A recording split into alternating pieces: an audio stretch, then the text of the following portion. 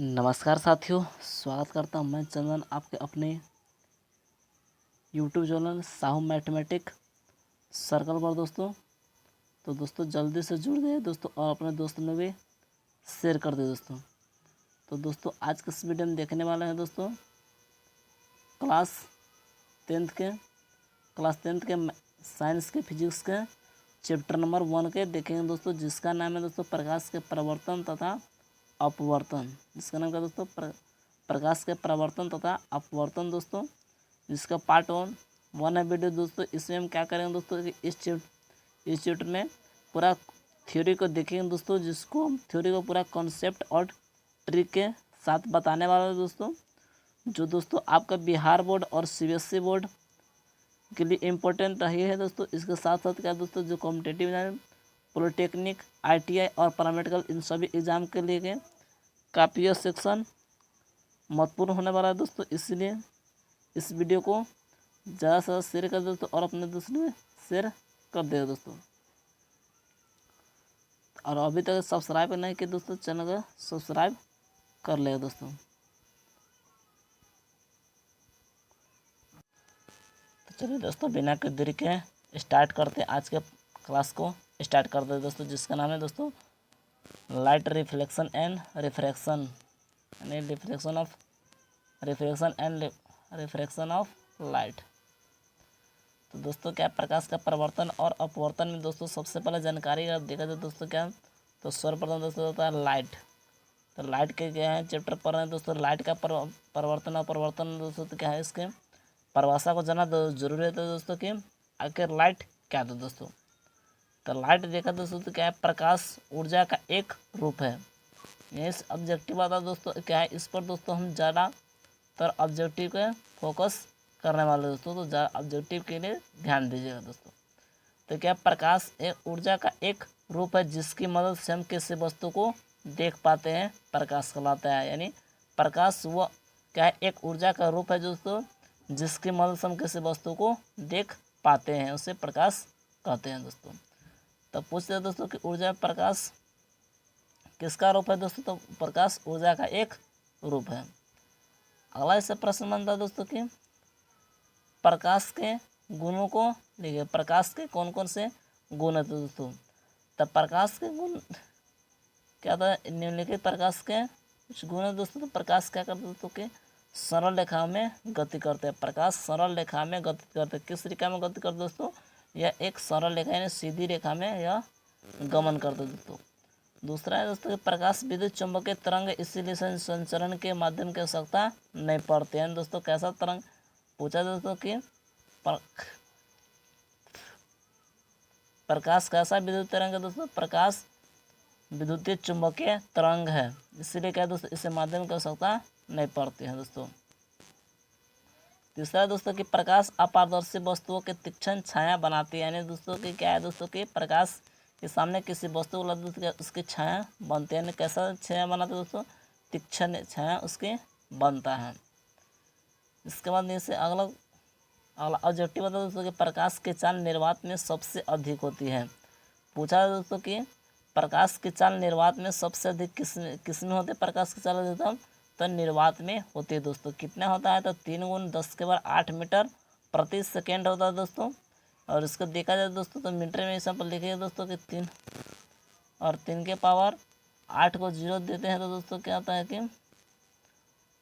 यह 8 लाख के बराबर होता है। कितने दोस्तों के, ये 8 लाख के बराबर होता है दोस्तों। तो प्रकाश की चाल सबसे अधिक किस निर्वात में होता है। कितना दोस्तों, 3 × 10⁸ मीटर प्रति सेकेंड होता है दोस्तों। अब अगला क्वेश्चन होता है दोस्तों कि प्रकाश का परिवर्तन किससे होता है दोस्तों। तो क्या है दोस्तों कि किसी वस्तु से टकरा कर, यानी उच्च कोटि के प्लस का हुआ पृष्ठ, जैसे कि दर्पण आपने, यानी जैसे दोस्तों क्या है दोस्तों दर्पण पर टॉर्च की छाया अगर किसी प्रकाश को जाता है दोस्तों क्या वो परिवर्तित कर देता है दोस्तों। यानी प्रकाश को किसी वस्तु से टकरा कर लौटने की घटना को, प्रकाश को किसी वस्तु से टकरा कर लौटने की घटना को क्या कहते हैं, प्रकाश का परिवर्तन कहते हैं। प्रकाश का परिवर्तन कहते हैं। अगला दोस्तों कि प्रकाश के परिवर्तन के कितने नियम होते हैं। तो प्रकाश के परिवर्तन के 2 नियम होते हैं दोस्तों। पहला नियम क्या कहता है दोस्तों कि पहला नियम कहता है दोस्तों कि आपतन कोण परावर्तन कोण के बराबर होता है। आपतन कोण परावर्तन कोण के बराबर होता है। और दूसरा नियम कहता है दोस्तों कि आपतित किरण दर्पण के आपतन बिंदु पर अभिलंब तथा परावर्तित किरण सभी एक ही तल में होते हैं। सभी एक ही तल में होते हैं। तो इसके क्या इसके जो ये दोनों इसके परिवर्तन को ध्यान रख ले दोस्तों, यह काफ़ी बार पूछा जाता है दोस्तों। इसके बाद अगर इसके सूत्रों को अगर देखा तो दोस्तों क्या है, मान लें कि दोस्तों कि हम क्या कहें दोस्तों कि यह कोई प्रकाश आ रहा है दोस्तों, क्या कर रहे हैं दोस्तों, यह प्रकाश इधर से मान लो यहाँ पर सूर्य है, ठीक है, इसकी प्रकाश क्या कर रहा है, आ रहा है दोस्तों। तो क्या है दोस्तों, समतल दर्पण में पढ़ने पर दोस्तों क्या करिए, यहाँ से यह लौट जा रहा है दोस्तों, यह लौट जा रहा है दोस्तों। तो जो प्रकाश आ रहा है दोस्तों उससे क्या कहेंगे दोस्तों, आपतित किरण कहेंगे। जो प्रकाश आ रहा है उससे आपतित किरण कहेंगे दोस्तों। और जो आपतित टकराने के बाद जो किरण जब वापस जा रहा है उससे क्या कहेंगे दोस्तों, परावर्तित किरण कहेंगे दोस्तों। और दोस्तों क्या है दोस्तों कि यह जो आती है प्रकाश वो क्या करते हैं दोस्तों, तिरछा मुड़ के चल जाते हैं दोस्तों। तो बीच में क्या दोस्तों एक अभिलंब खिंचा जाता है दोस्तों, जिसे अभिलंब के नाम से जानते हैं दोस्तों। और आपतन कोण और अभिलंब के बीच एक कोण बनता है दोस्तों, जिसे आपतन कोण के नाम से जानते हैं, जिसे आपतन कोण के नाम से जानते हैं दोस्तों। और परावर्तित किरण तथा अभिलंब के बीच में एक कोण बनता है दोस्तों, उससे कहते हैं परावर्तन कोण के नाम से जानते हैं दोस्तों। इसके बाद अगला दोस्तों कि प्रतिबिंब कितने प्रकार के होते हैं। पहले तो इसकी परिभाषा को देख लेते हैं दोस्तों कि प्रतिबिंब किससे कहते हैं। तो दोस्तों क्या है कि प्रतिबिंब वहाँ बनता है जहाँ जिस बिंदु पर कम से दो परिवर्तित किरणें प्रतिच्छेद होती है या प्रतिच्छेदित होता है। यानी प्रतिबिंब क्या किसी प्रतिबिंब अगर देखा तो दोस्तों प्रकार देखा तो दोस्तों प्रतिबिंब दो प्रकार का होता है दोस्तों। कौन कौन होता है दोस्तों, वास्तविक प्रतिबिंब और आभासी प्रतिबिंब। वास्तविक प्रतिबिंब और आभासी प्रतिबिंब, पहला था वास्तविक प्रतिबिंब दोस्तों और दूसरा आता है आभासी प्रतिबिंब। दो प्रकार के होते हैं दोस्तों। इसके बाद फिर देखते दोस्तों कि प्रतिबिंब के अगर वास्तविक प्रतिबिंब की अगर विशेषता को देखा जाए दोस्तों, तो वास्तविक प्रतिबिंब क्या करता है दोस्तों कि यह तब बनता है जब प्रकाश की किरणें वास्तव में प्रतिक्षेपित करते हैं। यानी यह तब बनता है जो वास्तव में प्रतिच्छेदित करते हैं दोस्तों। इसे क्या करते हैं दोस्तों, पर्दे पर प्राप्त कर सकते हैं दोस्तों। और वास्तविक प्रतिबिंब हमेशा उल्टा बनता है। वास्तविक प्रतिबिंब हमेशा उल्टा बनता है। यानी जो तीनों प्रश्न दोस्तों क्या है, इसमें दो कुल मिलाकर एक दूसरा और तीसरा क्या है दोस्तों, इसमें काफ़ी ऑब्जेक्टिव के लिए काफ़ी वीवीआई दोस्तों। ये आपको बोर्ड एग्जाम से लेकर दोस्तों पॉलिटेक्निक और ITI तक भी पूछा जाता है दोस्तों। इसके बाद दोस्तों आभासी प्रतिबिंब तो यह तब बनता है जब प्रकाश किरणें प्रतिक्षेपित होती नहीं दोस्तों, वास्तव में होती नहीं, लेकिन क्या कर दोस्तों यहाँ प्रतीत होता है कि लग रहा है कि यहाँ से आ रहा है दोस्तों। इसके बाद फिर क्या दोस्तों कि आभासी प्रतिबिंब। आभासी प्रतिबिंब क्या है, तो इसे पर्दे प्राप्त नहीं कर सकते दोस्तों। वास्तविक प्रतिबिंब को क्या होता है कि दोस्तों इसे पर्दे प्राप्त कर सकते हैं दोस्तों। वास्तविक प्रतिबिंब को पर्दे प्राप्त कर सकते हैं, लेकिन इसे पर्दे प्राप्त नहीं कर सकते हैं दोस्तों। वास्तविक प्रतिबिंब हमेशा उल्टा होता है और आभासी प्रतिबिंब क्या होता है, हमेशा सीधा होती है। तो समझ गए दोस्तों। और यहाँ पर एक बात ध्यान देने बात है दोस्तों कि दर्पण के आगे बनेगा दोस्तों, दर्पण के आगे बनेगा दोस्तों तो वास्तविक होता है दोस्तों। बहुत सारी स्टूडेंट को यह नहीं पता दोस्तों वास्तविक प्रतिबिंब क्या होता है। तो दर्पण के अगर आगे प्रतिबिंब बनता है तो उससे क्या होता है वास्तविक, और दर्पण के पीछे जब बनता है दोस्तों तो यह आभासी होता है दोस्तों। इसके बाद दोस्तों समतल दर्पण द्वारा बना प्रतिबिंब की कुछ प्रकृति को देखते हैं दोस्तों। तो समतल दर्पण द्वारा बना प्रतिबिंब को देखा जाए तो मान लो अगर ये क्या है दोस्तों, समतल दर्पण है, क्या है दोस्तों कि मान लो कि एक समतल दर्पण है दोस्तों। और जहाँ पर वस्तु क्या है AB को रख दोस्तों, वस्तु AB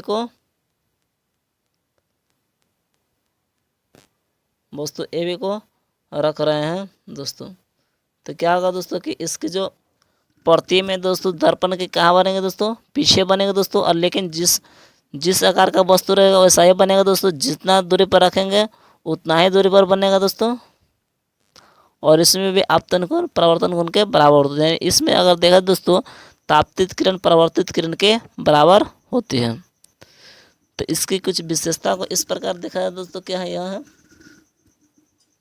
आभासी। क्या था दोस्तों, समतल दर्पण द्वारा बना प्रतिबिंब आभासी एवं सीधा होता है दोस्तों। इसमें क्या होता है कि प्रतिबिंब का आकार वस्तु के आकार के बराबर होता है, और तथा क्या है दोस्तों कि प्रतिबिंब दर्पण के उतना ही पीछे बनता है जितने पर वस्तु रखो। तो दोस्तों इसमें खास बात यह होता है दोस्तों कि इसमें क्या दोस्तों कि पार्श्विक परिवर्तन हो जाता है, यानी दाहिना भाग बायां दिखता है और बायां भाग दाहिना दिखता है। तो पार्श्विक परिवर्तन में क्या होता है दोस्तों कि इसमें वस्तु का दायां भाग बायां दिखता है और बायां भाग दायां प्रतीत होता है। इसके बाद अब आता है दोस्तों कि समतल दर्पण देख लो दोस्तों। अब आता है गोलीय दर्पण। क्या था दोस्तों कि गोलीय दर्पण दोस्तों। तो गोलीय दर्पण अगर देखा जाए दोस्तों, क्या गोलीय दर्पण का प्रवर्तक तल अंदर की ओर या बाहर की ओर वक्रित हो जाए, यानी गोलीय दर्पण दोस्तों क्या है, गोले से बना हुआ था दोस्तों। इसे काट के क्या करते हैं दोस्तों, बीच में काट के दो दर्पण बनाते हैं दोस्तों, एक अवतल होता है दूसरा उत्तल बनता है दोस्तों। तो अवतल किसे कहते हैं दोस्तों कि जिस गोलीय दर्पण का प्रवर्तक सदा अंदर की ओर अर्थात गोलीय केंद्र की ओर वक्रित होता है अवतल दर्पण है। जैसे समझिएगा दोस्तों कि मान अवतल दर्पण दोस्तों क्या था, इसके ऊपरी भाग को कह रहा हूँ और धंसा भाग चिकना हो तो उससे क्या है दोस्तों अवतल दर्पण। और जिससे क्या है दोस्तों कि अवतल दर्पण क्या है दोस्तों, जैसे क्या इस फिगर में देख सकते हो दोस्तों। और इसमें क्या उत्तल दर्पण में क्या दोस्तों कि जिसका प्रवर्तक सतह बाहर की ओर वक्रित है, जिसका उभरा भाग क्या होगा दोस्तों के चिकना होता है। इधर क्या है दोस्तों चिकना है दोस्तों, और इससे क्या है धांसा भाग रजित किया हुआ है दोस्तों। तो क्या हो गया उत्तल दर्पण आता है दोस्तों। इसके बाद अगर देखा जाए दोस्तों कि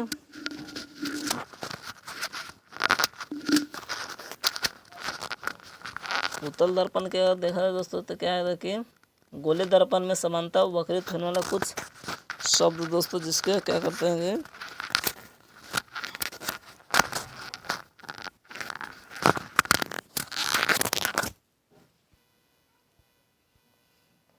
तो गोलीय दर्पण के क्या दोस्तों कि ध्रुव के जिसे दोस्तों गोलीय दर्पण के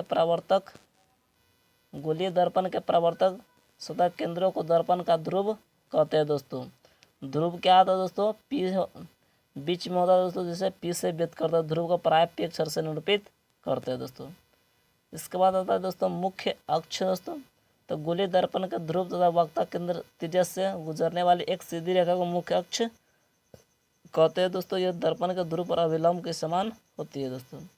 इसके बाद वक्ता त्रिज्या तो वक्ता केंद्र तथा गोलीय दर्पण जिस गोले का भाग होता है उसी केंद्र को क्या कहते हैं दोस्तों के वक्ता केंद्र कहते हैं दोस्तों, जिसे सी से व्यक्त करते हैं। यानी ध्रुव को पी से, वक्ता केंद्र को सी से और त्रिज्या को आर से व्यक्त करते हैं दोस्तों। इसके बाद आए गोलीय वक्ता त्रिज्या तो गोलीय दर्पण का प्रवर्तक सतह जिस गोले का भाग होता है उसकी त्रिज्या को दर्पण के वक्ता त्रिज्या कहते हैं और इसे आर से व्यक्त करते हैं। इसके बाद दोस्तों आरक यानी दारक यानी एम्परेचर दोस्तों। गोलीय दर्पण का प्रवर्तक पृष्ठतल के वृत्ताकार सीमा रेखा के व्यास एम्परेचर बना दोस्तों। इससे कोई खास नहीं होता दोस्तों, इसको छोड़िए। क्या दोस्तों अब आता है मुख्य फोकस दोस्तों। मुख्य फोकस तो क्या था दोस्तों कि मुख्य अक्ष पर वह बिंदु जहाँ मुख्य समानांतर आती किरणें मिलते या परिवर्तित किरणें मुख्य अक्ष के एक बिंदु से आते हुए महसूस होते हैं, उसे गोलीय दर्पण का मुख्य फोकस कहते हैं दोस्तों। फिर फोकस क्या था दोस्तों, दो प्रकार का होता है। पहला फोकस अवतल के फोकस और उत्तल के फोकस अलग अलग होते हैं दोस्तों। फोकस दूरी क्या दोस्तों, गोलीय दर्पण के ध्रुव तथा फोकस के मध्य के बीच की दूरी को फोकस दूरी कहते हैं दोस्तों, जिसे एफ से व्यक्त करते हैं। कैसे से व्यक्त करते हैं, फोकस को एफ से व्यक्त करते हैं। तो फोकस को क्या है दोस्तों, ध्रुव से लेकर फोकस तक की दूरी को कहते हैं दोस्तों फोकस दूरी, और ध्रुव से पी से और फोकस को एफ से व्यक्त करते हैं दोस्तों। इसके बाद दोस्तों के गोलीय दर्पण की तरफ वक्ता केंद्र फोकस के दुगुनी होते हैं, यानी दोस्तों एफ बराबर जो होता है दोस्तों वो RY2 होता है। ए बराबर क्या दोस्तों RY2 होता है दोस्तों। तो आर बराबर क्या आ जाएगा दोस्तों 2F हो जाएगा। आर बराबर 2F इसका राइट आंसर हो जाएगा। अगला था दोस्तों कि अब तो दर्पण रहा दोस्तों कि इसकी भिन्न स्थानों पर रखेंगे दोस्तों। तो इसकी जो प्रकृति दोस्तों क्या है, प्रत्येक जगह अलग अलग बनता है दोस्तों। जैसे कि दोस्तों अगर अनंत पर रखेंगे दोस्तों क्या फोकस और बनेगा, अत्यधिक छोटा और वास्तविक बनता है दोस्तों। और केंद्र पर रखेंगे दोस्तों क्या केंद्र पर बनता है दोस्तों, समान साइज का बनता है और वास्तविक उल्टा बनता है दोस्तों। तो इसका आप स्क्रीनशॉट को भी ले सकते हैं दोस्तों। तो इसको याद कर ले दोस्तों। इसके बाद फिर आ जाता है दोस्तों कि अवतल दर्पण के उपयोग को देखते हैं दोस्तों। तो अवतल दर्पण का उपयोग कहाँ कहाँ का दोस्तों। तो इसका जो उपयोग है दोस्तों कि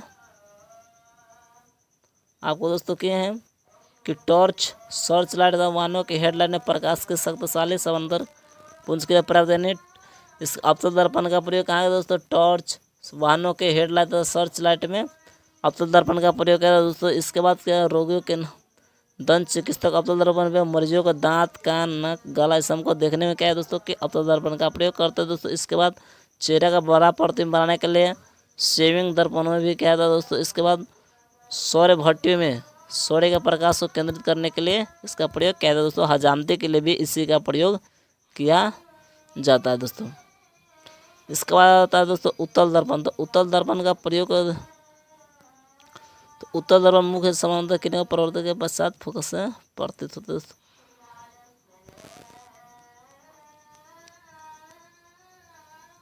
तो उत्तल दर्पण में क्या दोस्तों, इसके दो प्रकृति होता है दोस्तों। क्या है तो इसके अनंत पर रखें तो फोकस और दर्पण के पीछे बने दोस्तों अत्यधिक छोटा होता है दोस्तों और आभासी और सीधा होता है दोस्तों। तो यहाँ पर ध्यान देना बात है दोस्तों कि अवतल दर्पण क्या कर, उत्तल दर्पण सिर्फ आभासी और सीधा प्रतिबिंब बनता है दोस्तों। तो पूछ जाता है कि दोस्तों आभासी और सीधा प्रतिबिंब बनाने के लिए किस दर्पण में रखें दोस्तों, तो उत्तल में रखेंगे दोस्तों। इसके बाद आता है दोस्तों कि उत्तल दर्पण का उपयोग कहाँ क्या है दोस्तों, तो वाहनों में ड्राइवर अपने पीछे यानी देखने का साइड मिरर के रूप में किसका दोस्तों उत्तल दर्पण का प्रयोग करते हैं दोस्तों। इसमें क्या होता है दोस्तों कि इसका ये दर्पण तो छोटा है लेकिन इसका दृष्टि क्षेत्र काफ़ी बड़ा होता है दोस्तों, इसी कारण इसका उत्तल दर्पण का प्रयोग करते हैं दोस्तों। इसके बाद भी दुकानों में इसका इस्तेमाल सिक्योरिटी दर्पण के रूप में भी किया जाता है दोस्तों। यानी सिक्योरिटी यानी जो आपका CCTV कैमरा दोस्तों, तो उसमें भी क्या होता है दोस्तों उत्तल दर्पण के बाद कुछ लगा होता है सिक्योरिटी। इसका दोस्तों कि गोली दर्पण द्वारा बना पड़ते हैं उनके चिन्ह पर पार्टी दोस्तों। तो क्या दोस्तों के मान लें दोस्तों के इसके लिए आपका तो दोस्तों अगर दर्पण से क्या करें दोस्तों कि दाएं जाएंगे दोस्तों, दाएं जाएंगे तो प्लस होगा दोस्तों, बाएं जाएंगे तो क्या होगा दोस्तों माइनस होगा दोस्तों, और ऊपर जाएंगे तो क्या होगा दोस्तों कि प्लस और नीचे आएंगे तो माइनस। यह ध्यान रखिएगा, दाएं जाएगा तो प्लस, बाएं जाएगा तो माइनस, और ऊपर जाएंगे तो प्लस और नीचे आएंगे तो माइनस होगा दोस्तों। तो क्या दोस्तों कि जब बिंदु हमेशा दर्पण के बाईं ओर रखा जाता है, इसका अर्थ है कि दर्पण बिंब प्रकाश के बाईं ओर प्रवर्तन मुख्य समस्या सभी दूर से मापे जाते हैं। अगर किसी को दूरी में अपना दोस्तों दर्पण के ध्रुव में फोकस दूरी में अपना त्रिज्या तो दोस्तों कहाँ से मापा जाएगा दोस्तों, ध्रुव से मापा जाता है दोस्तों। इसके बाद मूल बिंदु के दाईं ओर यानी एक्स अक्ष के अनुदिश मापे गए सभी धनात्मक होते, जबकि मूल बिंदु से बाईं ऋणात्मक होते दोस्तों, ये बता दें दोस्तों। इसके बाद क्या दोस्तों कि ऊपर मापते धनात्मक होता है दोस्तों, नीचे ऋणात्मक होता है दोस्तों। तो कुछ इस फिगर के माध्यम से आप समझ सकते हैं दोस्तों। दाईं ओर जा धनात्मक हो रहा है दोस्तों, बाईं ओर क्या माइनस हो रहा है दोस्तों, ऊपर क्या जा रहा है दोस्तों क्या प्लस आ रहा है दोस्तों, नीचे क्या रहा है दोस्तों माइनस हो रहा है। इसके बाद बीम की दूरी हमेशा ऋणात्मक होती है दोस्तों। बीम को क्या यू से व्यक्त करते दोस्तों, और अवतल दर्पण की दूरी इस प्रकार ध्यान रख सकते दोस्तों कि अवतल दर्पण की फोकस दूरी हमेशा ऋणात्मक और उत्तल दर्पण की फोकस हमेशा धनात्मक होती है दोस्तों। और दर्पण सूत्र होता है दोस्तों 1/v + 1/t = 1/f होता है दोस्तों। इसके बाद आवर्धन के साथ दोस्तों गोलीय दर्पण क्या दोस्तों, गोलीय दर्पण के प्रतिबिंब की ऊंचाई और वस्तु के ऊंचाई के अनुपात को क्या कहते दोस्तों आवर्धन कहते हैं दोस्तों, जिसे यम से व्यक्त करते हैं दोस्तों। या m बराबर तो दोस्तों m बराबर -v/, m बराबर -v/u भी होता है, m बराबर -v/u भी होता है दोस्तों। यह ऋणात्मक होते हैं दोस्तों, इसके स्क्रीनशॉट ले दोस्तों, यह न्यूमेरिकल बनाने में आपको काफ़ी मददगार हो दोस्तों। इसके बाद तो क्या दोस्तों कि ये जो चैप्टर था दोस्तों यहाँ पर पूरा एंड हो जाता है दोस्तों। तो चैप्टर यहाँ पर एंड होता है दोस्तों। तो इस यहाँ पर जो थ्योरी था दोस्तों वह पूरा थ्योरी को कवर दोस्तों इस चैप्टर में पूरा कवर कर दे दोस्तों। और तो आपको क्या क्या दोस्तों इसे एक बार फिर से सही से याद कर ले दोस्तों, और अपने नोटबुक से क्या क्या दोस्तों रिवीजन कर ले दोस्तों। इसके हम पार्ट टू था, वन था दोस्तों, अब पार्ट टू में दोस्तों इसके क्या दोस्तों ऑब्जेक्टिव क्वेश्चनों को देखेंगे दोस्तों। तो जल्दी है दोस्तों, तो मिलते अगले वीडियो में दोस्तों, तब तक के लिए धन्यवाद, टेक केयर दोस्तों।